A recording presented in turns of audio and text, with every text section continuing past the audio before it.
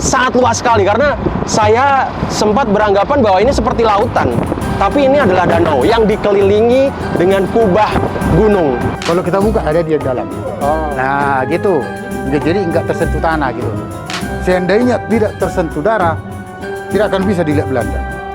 Ya, tidak bisa ditembus peluru pasti. Raja ini juga seperti itu. Horas. Horas. Nah, terima kasih.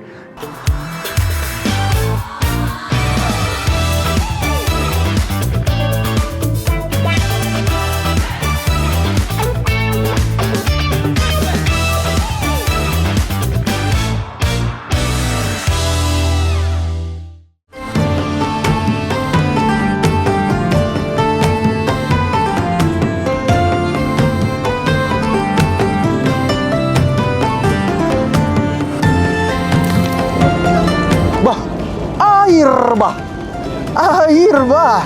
Sekarang kita sudah berada di Danau Toba, yaitu danau vulkanik terbesar di dunia. Dan untuk menikmati Danau Toba, kita bisa menggunakan kapal, baik itu kapal feri ataupun kapal kayu yang ada di sekitar. Nah, kita sedang perjalanan menuju Pulau Samosir, yaitu pulau di tengah-tengah Danau Toba. Dan kita berangkat dari pelabuhan Aji Bata yang nanti akan sampai di Pelabuhan Tomo. Kurang lebih sekitar 1 jam perjalanan. Nanti teman-teman bisa melihat lumba-lumba, ada ikan paus juga, tapi tidak di Danau Toba tentunya ya. Oke, langsung saja terus kita ikuti perjalanan kita untuk menikmati Danau Toba dan sekitarnya.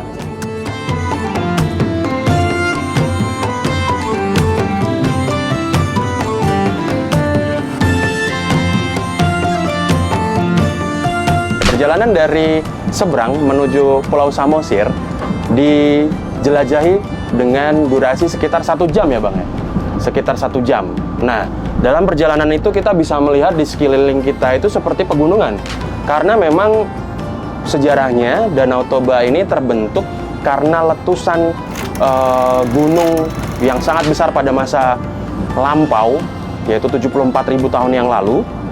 Kemudian abu-abu vulkanik dengan material gas dan lain sebagainya menyebar di seluruh dunia. Bahkan materialnya bisa ditemukan di India, Afrika, dan juga di benua-benua lainnya. Jadi memang letusan gunung yang ada di sini itu mempengaruhi iklim yang ada di dunia pada waktu itu, sehingga manusia purba itu populasinya sangat berkurang karena suhu yang sebelumnya mungkin tropis begitu, kemudian tiba-tiba menjadi masa vulkanik yang sangat dingin sekali. Dan yang menariknya, setelah ada letusan gunung vulkanik, kemudian proses magma di dalam gunung ini terus bekerja dan menyebabkan munculnya sebuah pulau di tengah-tengah danau yang disebut dengan Pulau Samosir. Itu mungkin menjadi sedikit sejarah munculnya Pulau Samosir dan juga Danau Toba.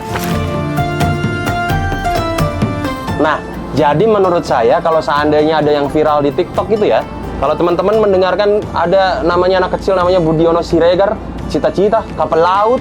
Kenal Kak Budiono Siregar. Cita-cita saya kapal laut. Nah, cita-citanya kapal laut. Mungkin karena memang di sini kapal laut menjadi salah satu pencapaian yang sangat luar biasa dan memang sangat nikmat sekali begitu. Kita bisa menikmati keindahan alam sembari bekerja.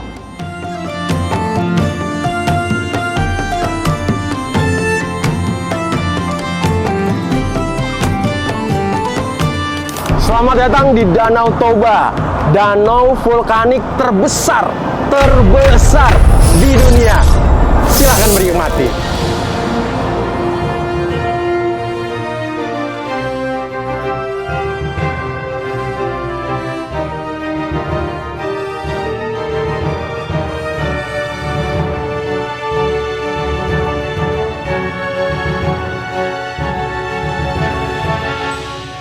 Juga ada perspektif lain dari legenda ataupun mitos yang bisa kita ketahui mengenai penciptaan dari Danau Toba itu sendiri, yaitu sebuah legenda yang menceritakan seorang petani yang kemudian menikah dengan putri yang mungkin berjenis ikan, kemudian memiliki janji untuk tidak menceritakannya kepada masyarakat sekitar. Namun janji tersebut dilanggar dan kemudian muncullah bencana banjir air bah yang kemudian menjadi Danau Toba, sehingga muncul ini yang disebut dengan Danau Toba. Dan yang menariknya, Pulau Samosir terbentuk untuk melindungi warga sekitar yang ada di situ. Cerita dari legenda seperti itu berbeda dengan cerita dari aspek geologisnya. Percaya atau tidak percaya, hal tersebut menjadi keindahan dan kekayaan budaya yang ada di masyarakat sekitar sini.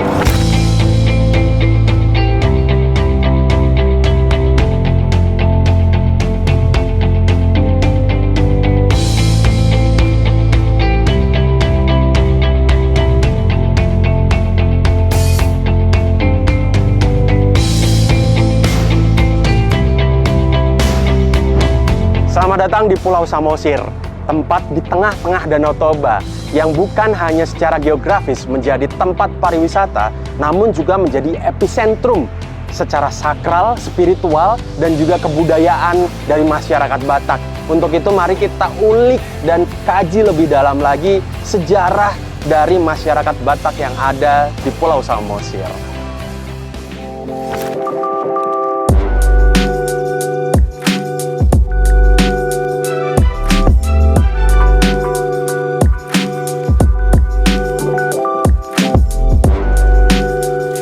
Setelah kita sampai di Pulau Samosir, di pelabuhan, kita lanjut lagi. Dan sebelum sampai di tempat pariwisata yang akan kita tuju, akan ada pasar yang begitu menarik. Karena teman-teman bisa menikmati berbagai macam souvenir, ataupun pakaian, ataupun buah tangan yang bisa teman-teman beli untuk diberikan kepada orang-orang kesayangan yang ada di rumah.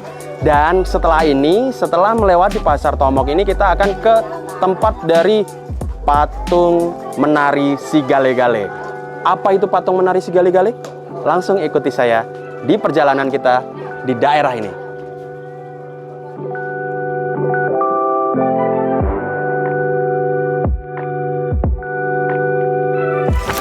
Jadi teman-teman, setelah kita berada di Pulau Samosir, salah satu tempat yang cukup menarik dan perlu untuk kita kunjungi adalah makam Raja Sidabutar. Jadi di Pulau Samosir ini menjadi salah satu tempat yang perlu kita ketahui adalah sangat erat kaitannya dengan masyarakat Batak.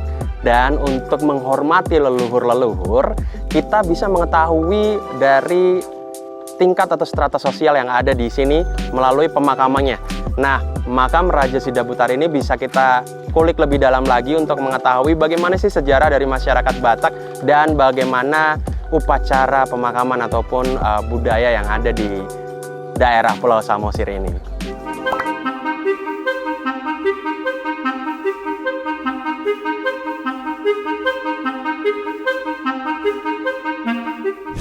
Terima kasih atas kunjungan Bapak Ibu di kampung bersejarah, Kampung Tomok ini namanya.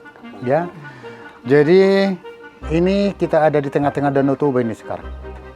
Ini Pulau Samosir. Dari Pulau Samosir lah asal muasal daripada orang Batak. Ya, jadi mau Batak yang manapun, yang pasti dari Pulau Samosir.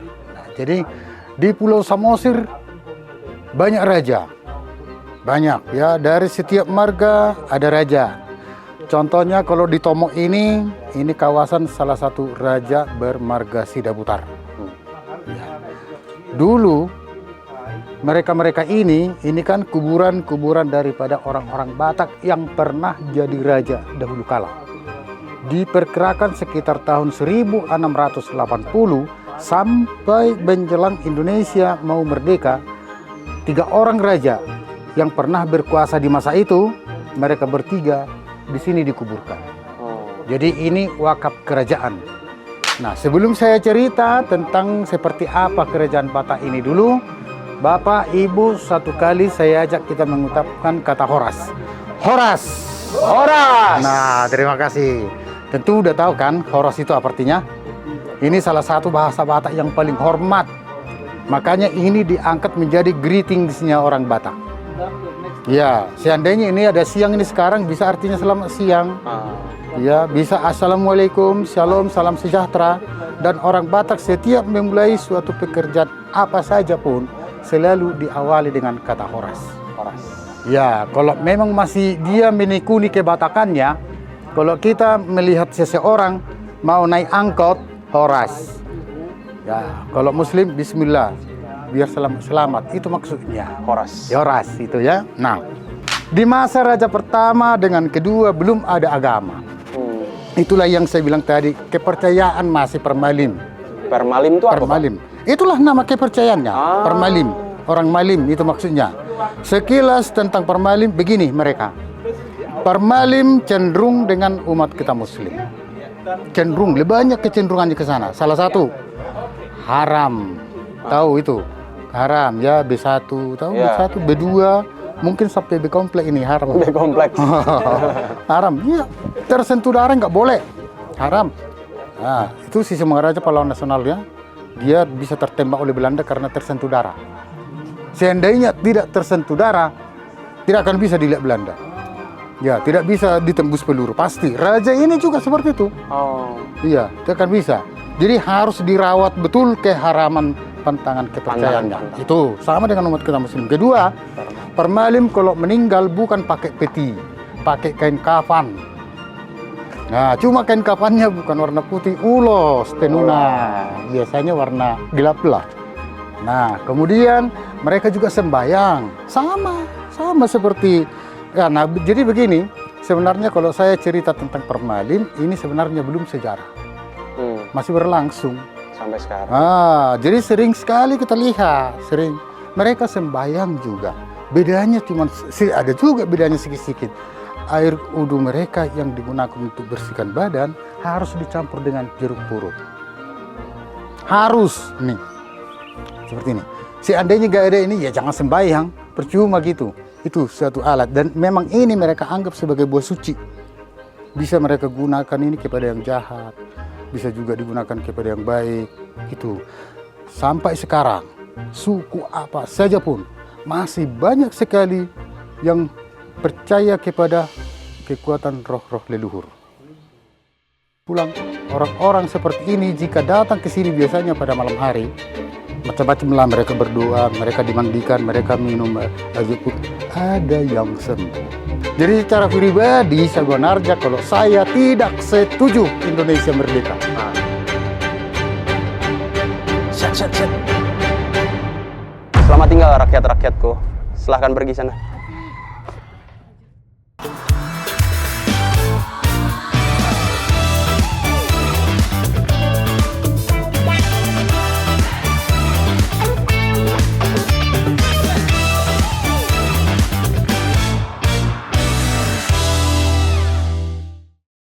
Ini kalau di One Piece nih saya ini udah Lutfi.